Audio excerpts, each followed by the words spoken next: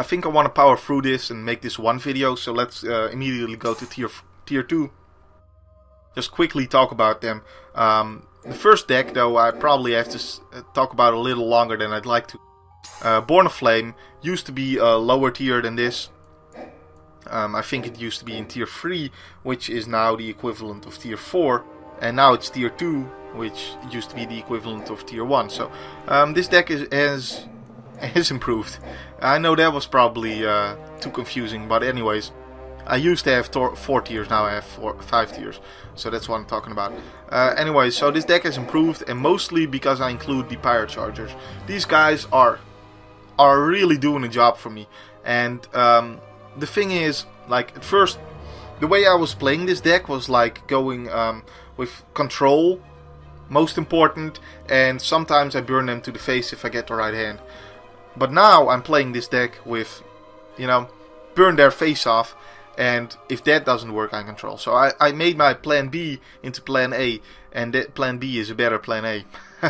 Is what it comes down to. So these Pyre Chargers get in early. And usually you play these when they're tapped out. Like for instance, they play a dude and tap out. And you immediately Searing Spear their dude, right? Normally this Searing Spear would be 3 damage to their face. But now you untap and you play a Pyre Charger and deal them like 4. So you've got a little bit more damage in there. Maybe even 5 with this guy.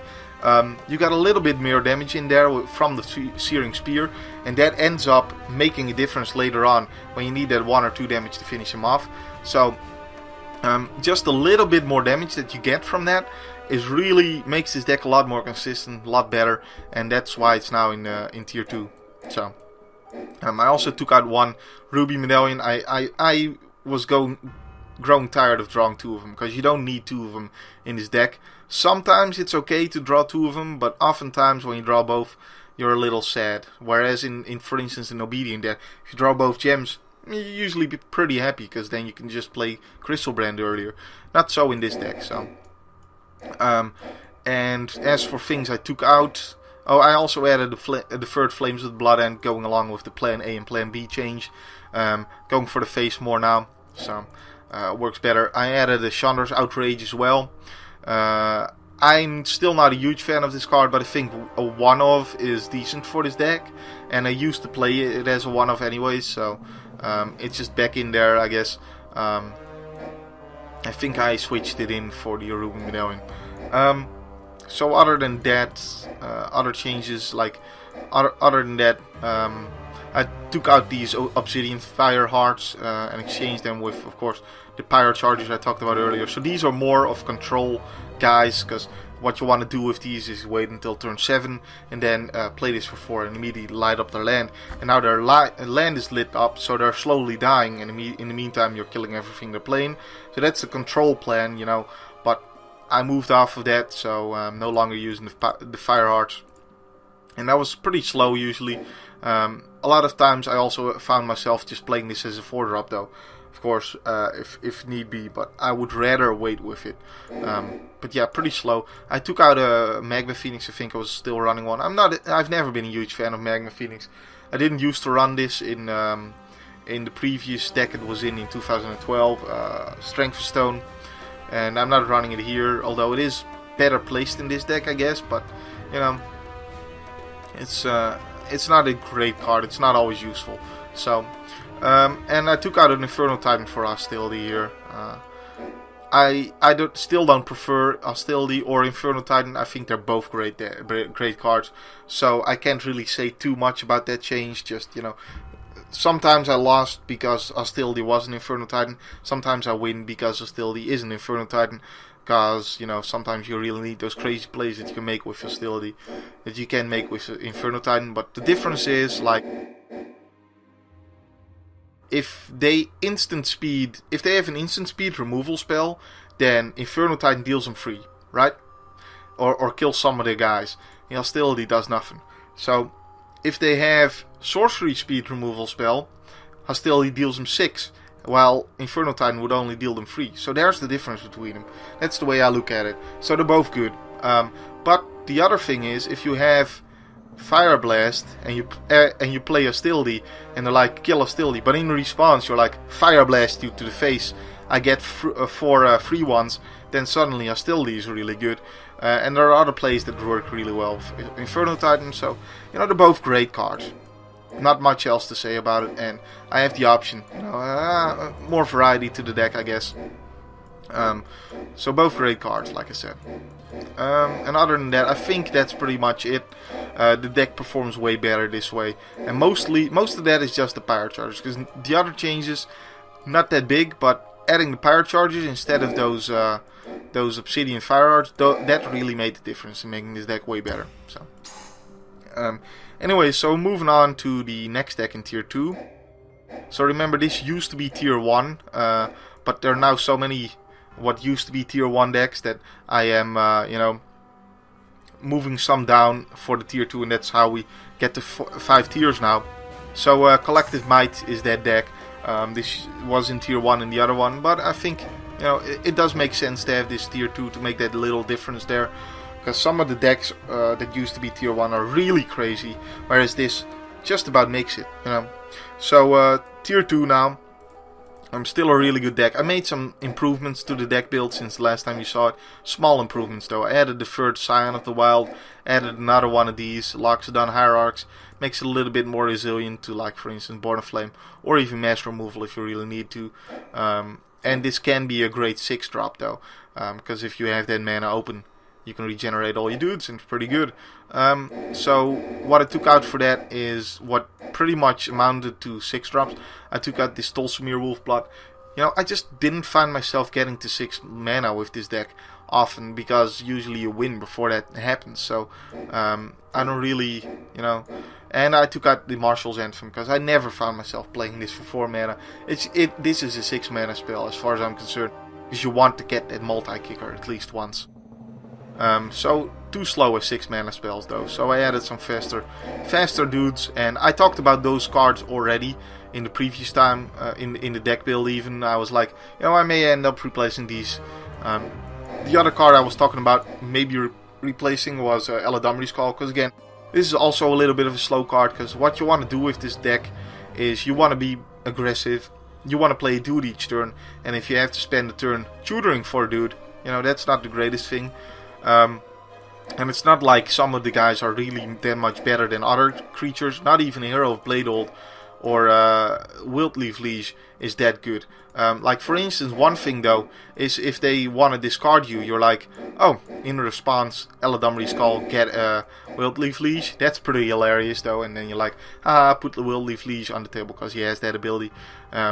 If you have to discard it, you can put it on the battlefield. So that's pretty hilarious. But other than that, the reason this card is still in there, even though it can cost you a turn to play it, is because it's another copy of Civic Wayfinder. And Civic Wayfinder is just, it's the MVP of this deck. He's the important guy, because you need 3 forests, you need 2 plains, and you've got a 9 and 11 split of lands. So it can be tough getting those lands and being able to play your Overrun and your Hero of Bladehold, but those are worth it. So you really need that split of lands, so having an extra copy of Civic Wayfinder, that's the way I look at it with this Eladamri's Call. Just an extra copy of Civic Wayfinder most of the time.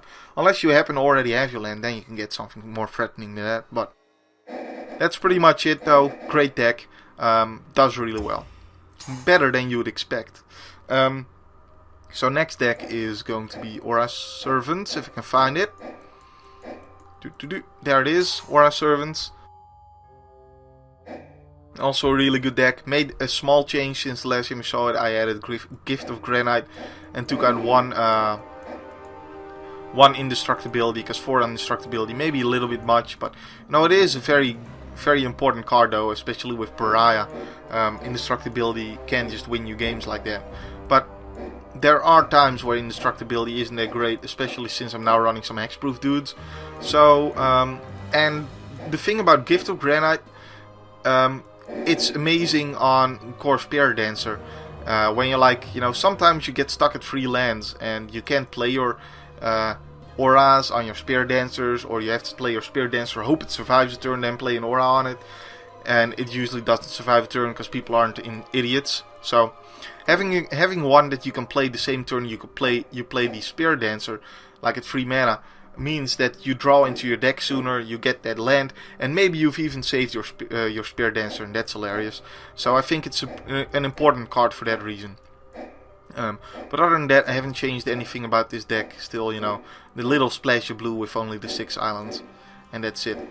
So that's Aura Servants. I mean, the most important thing to this deck, if you haven't heard me say it already, is that you get your double white, because double white means you can cast Imperial Armor, it means you can cast Flicker Wisp, means you can cast the Sun Titan, you can cast your Guardian Seraphs, and that's just important. You can cast this, and also very important, you can cast your Mass Removal, your one-sided Mass Removal, which is ridiculous. So double white, very important, and that's why we only have 6 islands, and we don't run anything with double blue casting cost. So now we only need 1 island, and then we're good for the whole game. Makes it easier to play this deck, makes it better performing, and makes it a tier 2 deck. So moving on to the top of tier 2, maybe a little surprising, Mana Mastery. I think it was a little bit high in the rankings the previous time I showed it to you, because I probably got a little lucky with it. But you know, and since people have been adapting to this deck and have better builds for it, so it dropped a little bit in the rankings for that reason. And it's still, you know, you still need to get your green. If you don't, you can still get screwed with this deck. So a deck that really relies on getting the right land, I don't think you can really call that a tier 1 deck. So you know, but top of tier 2 certainly, that certainly makes a lot of sense to me. So didn't change anything about the deck though. This is you know, what it's always been. Mana Mastery, perfect land ratio as far as I'm concerned with the Cultivates and Rampant Growths and 6 of these. Don't need those crazy ass spiders that cost 2 to get something in your hand, like whatever. And these are the perfect guys, like these Sphinxes are so good, because these are important guys because they do something even when they get instant speed killed, or they can't get instant speed killed because they have Shroud or Protection.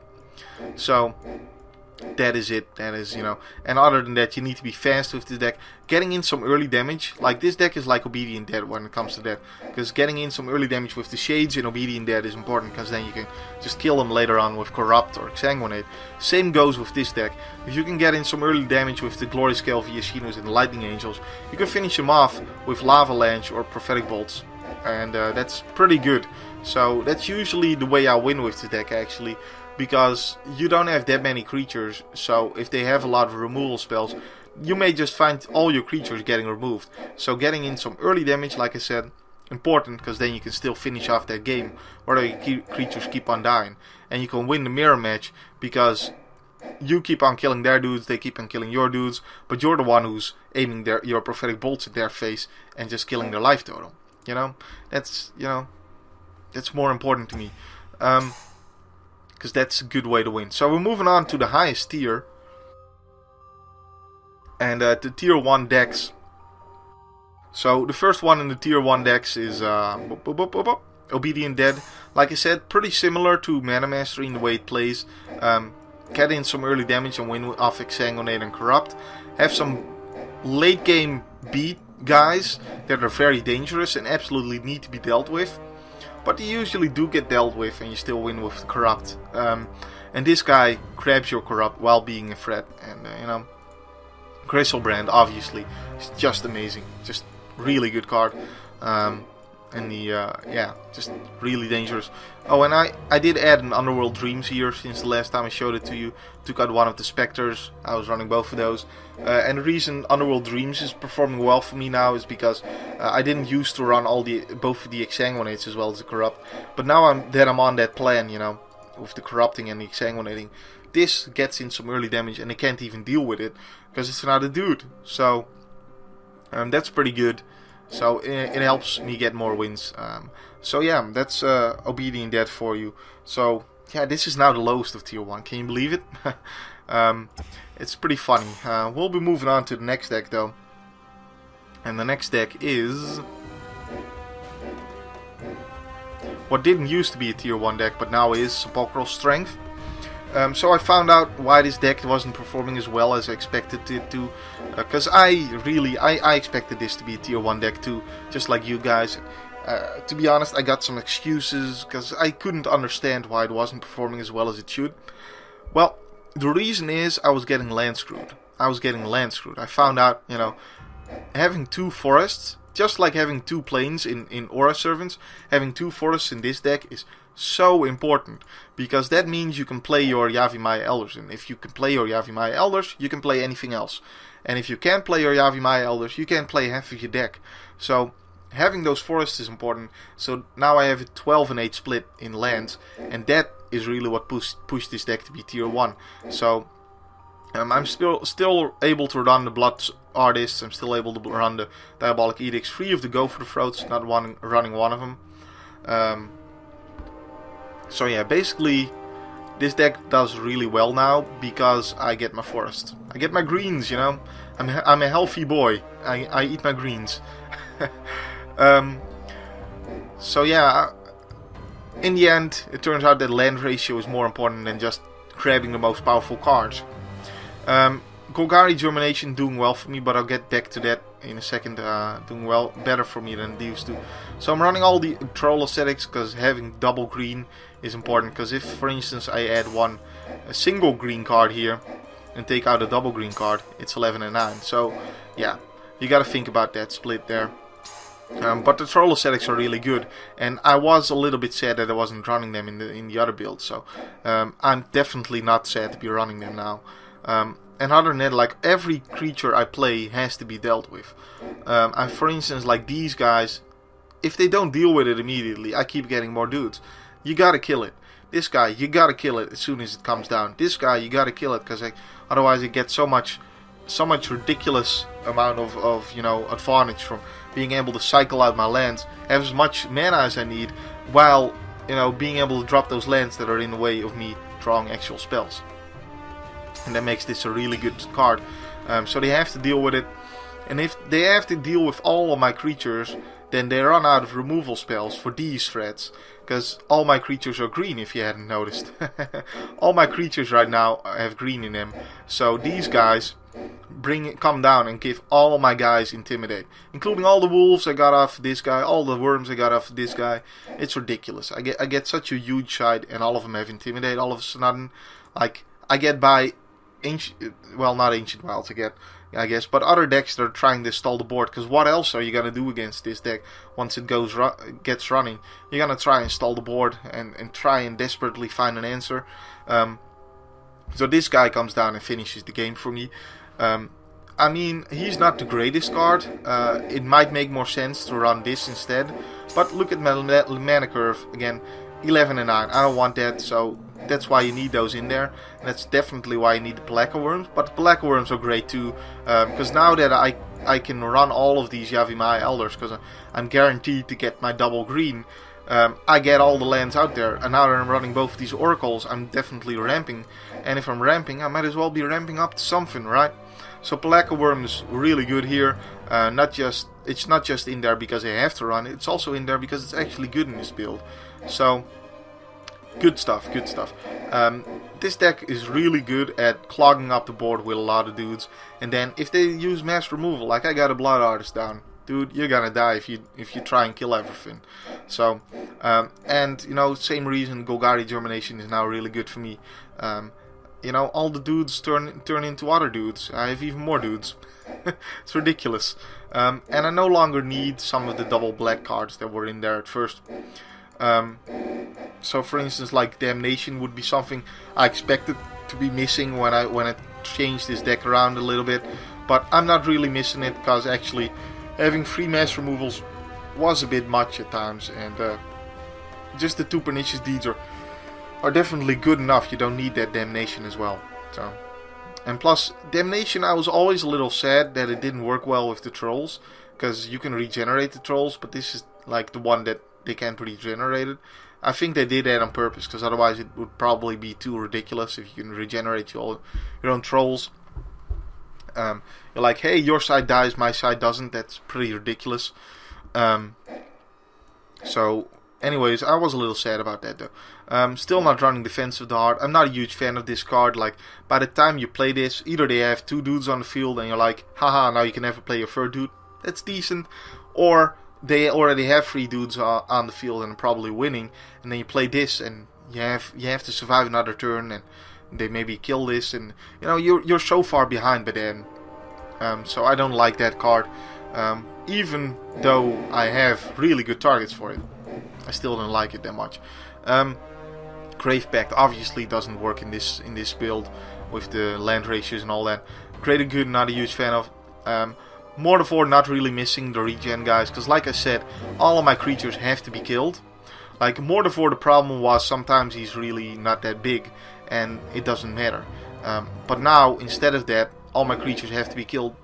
Many of them can be killed, but they're gonna run out of removal if they kill everything by doing a 1-for-1. Because I got all that card advantage from the Avimaya Elders and all that. So, and then we've got the Sewer Nemesis. Never really been that big of a fan of this card, although it's easier to cast than Mortivore. But yeah, Trana, not really missing her, because this guy basically does the same thing for me, because he comes down, all my guys smash in and I win the game. Whereas Trana comes down, I have to survive the turn, hope that I can then use her. So sorcery speed removal gets rid of Trana, whereas instant speed removal gets rid of Bellowing Tangleworm and Trana. But sorcery speed removal doesn't really work on this guy, because by the time they get to play it, I've already smashed in with all on my side. Dealt them a lot of damage. So actually, in a way, Bellowing Tangleworm may be better than Trana. Yeah, I know that's hard to believe, right? So Spiritmonger, I could be running a Spiritmonger instead of, for instance, like this dude. But again, like I said, this is all about clogging up the board, getting a lot of dudes, and then if they deal with it, I hurt them with the Blood Artist, or get more dudes with the Golgari Germination. I think the Golgari Germination really fits the build better. And again, they're gonna run out of removal, so I don't necessarily need guys that have Regenerate. So this deck works really well now, and it's definitely tier 1. So, improved build for Sepulchral Strength. There it is. Figured the deck out. Figured out why I wasn't winning with it. So, next deck is another deck that I changed a bit. Was already tier 1. Was already performing really well, but is even performing even better now. Even like double as good even. So, pretty ridiculous. So it's more aggressive. Added this Spectral Rider here. Added a Pacifism because I wasn't happy with just Fiend Hunter. Sometimes Pacifism is better, sometimes Fiend Hunter is better. So a 1-and-1 split I think is the best way to go. The Spectral Rider is really good evasion. And if not, it's still a 2-2 for 2. It's pretty good. And I'm running both of these Guardian's Pledges now because I'm more aggressive again. And I'm running all of the Captain Skulls, so that works really well with Guardian's Pledge. And this is, I think, I found a good way to deal with the fact that this deck is bad against mass removal, is because, you know, I just play Captain Skull after they mass removal all my dudes, and I get more dudes. And that works really well against mass removal, so I'm pretty happy there. So I am only running one Captain of the Watch now. I found that there was one game in particular in the Win or Swap series as well, where I was just holding 2 Captains of the Watches, and I never got to the 6 mana. I won the game before that happened. Like, I didn't lose that game, but I won before I got the 6 mana. I'm like, well, if I never play him, then why are he in the deck? So I took out one of the Captains of the Watches, and these can definitely be better because they come out earlier. So what I took out for that is the Squadron Hawks, and I'll talk about that later. A Fiend Hunter. Yeah, that's pretty much it. And the one Captain of the Watch. So, oops. So about the Squadron Hawks. The Squadron Hawks, I wasn't a huge fan of anymore because every time it's like turn 2, I have a Squadron Hawk in hand and I raise the alarm, right? And I'm like, okay. So the best play here is to play the Raise the Alarm early and get as much damage in early. And then I did that, you know, and I drew the second Squadron Hawk that turn. And I'm like, well, now I'm sitting here with 2 Squadron Hawks. Squadron Hawk's kind of useless if it doesn't draw at least 2 of its kind. You know, those are just kind of wasted cards at that point. So it can get really annoying with the Squadron Hawks. I think they're worth... You know, as long as you don't draw the second one, it's worth it to play 1 and get 2. But if you draw the second one, it's no longer worth it in the card. And then you're not just sitting with one dead card, you're sitting with 2 dead cards, because both of them are kind of worthless at that point. So, I don't know, I don't like the Squadron Arc that much anymore. If there were 4, I'd run it, not anymore, with just 3. Because drawing the second one is just so frustrating. So anyways, that is it. That is the new build. More aggressive, gets more wins. Moving on to the next deck. This deck is really performing a lot better. Grim Procession. Grim Procession also now tier 1. And just look at the win-loss ratio. It's ridiculous. 10.5. Really good. Still running the reanimate in this deck though, because this deck has enough life gain that you can reanimate, whereas the red-black didn't really have that. So reanimate is good here. Better here than in red-black. So other than that, the big change that makes this deck way better, I was running too many 5-drops, I think. I was running this as 5-drops. So that's 6 5-drops, that was too much. So, two less 5-drops really helped this deck out. And I don't need the Divinity of Pride anymore, because I got earlier life gain guys instead. Namely these. And I'm so impressed by the Morning Thralls. They are way better than I thought they'd be. It's a card that I never even tested this card, because I was like, oh, haha, a 1/1 flyer for 2 mana. That's ridiculously bad, haha. And the fact that it gains life, so what, it just gains 1 life. I just didn't see it, but this card is actually really good in this deck. It does what you need, it stalls the game for your late game guys to win the game. And you need to gain some life to be able to use your Flying Fraction Arena here. Pimp Cup, Bloodgift Demon, and you know, it's just really important. And they are really good with Edge of Divinity, another card I re-added back in, because they just make for an early Divinity of Pride. When you play Edge of the Divinity on Morning Thrall, it becomes a Divinity of Pride. I guess that makes sense with the name Edge of the Divinity. I don't know, but you know, it becomes one of those because it's for flyer with lifelink. That's pretty much what this is, except it's earlier in the game when the lifelink is still, you know, gonna save you. Whereas this guy oftentimes came out too late to save me. So I'm way happier with that. That really bumped this deck up and made it way better. And I expected this to be a tier 1 deck, and it now is. Because just looking at it, at first I was like, this is Obedient Dead, but better. That's what I thought. Because you've got more answers to artifacts and enchantments. The deck can be faster. And yet it still has the same power level that Obedient Dead has. And even cards like Restless Apparition, which are ridiculous. Still Moon. There's so many ridiculous cards in this deck. So, really great deck. And now it's performing like I expected. And like many of you, I guess, expected as well. So, I took out Guardian Seraph, by the way, and I took out this guy as well in the latest few tweaks. And the reason for that is the double white casting cost in these guys. I just found myself sometimes unable to cast them, and I'd rather have something more consistent. Because now all I need to care about is getting double black for the Vampire Nighthawks, Damnation, and Bloodgift Demons, and that's okay. And I only really need 1 planes to be able to cast my spells. So I don't need the double white anymore. And by the time I was able to, you know, cast Ghost Council of Orzhova a lot of the times, it was like, you know, turn 7 or something, and the game was already over by then.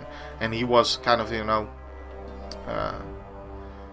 I don't know, he just came in too late to really make a difference. So I don't like him that much anymore. And Guardian Seraph would have been the only creature with double white in its casting cost in my deck. I'm like, you know, get out of here.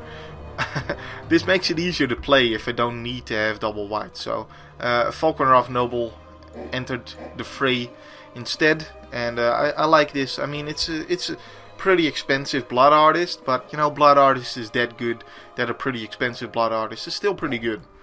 So that's the new build, and it's performing way better. Definitely tier 1 now. So figured out how to make it better. So there's only 1 deck left, and I guess we can all guess it. It's goblins. It's goblins, Haven't changed a thing about goblins, because I don't like playing this deck, so I don't test it, and etc. Still running the 64 cards, because I think that's pretty much the best split, because it's an aggressive deck that has 25 lands, so you want to have some extra cards in there to make that work out. Or I guess 24 if you take out some cards. See, now it's 24. But anyways, there it is. That's goblins. Don't think we really need to talk about goblins. So that is it. Unfortunately, it's like an hour-long video, so I'm still gonna split it up into two. Didn't really want to, but that is what's gonna have to happen. But that's the latest of the tier list stuff, latest of the deck builds, and I'm hopefully gonna just keep it this way, because I think I'm pretty much done with everything. Of course, I said that the last time as well, then I ended up making changes. But I think this is better than the previous one at least, so, you know, that's the important thing, right? So hopefully, you know, I can keep it at this and be done with this, because it takes a lot of time to do the whole new testing and everything. So, anyways, hope you enjoyed, and my name's been Nemo, my name will still be Nemo next time, and have a wonderful, great day.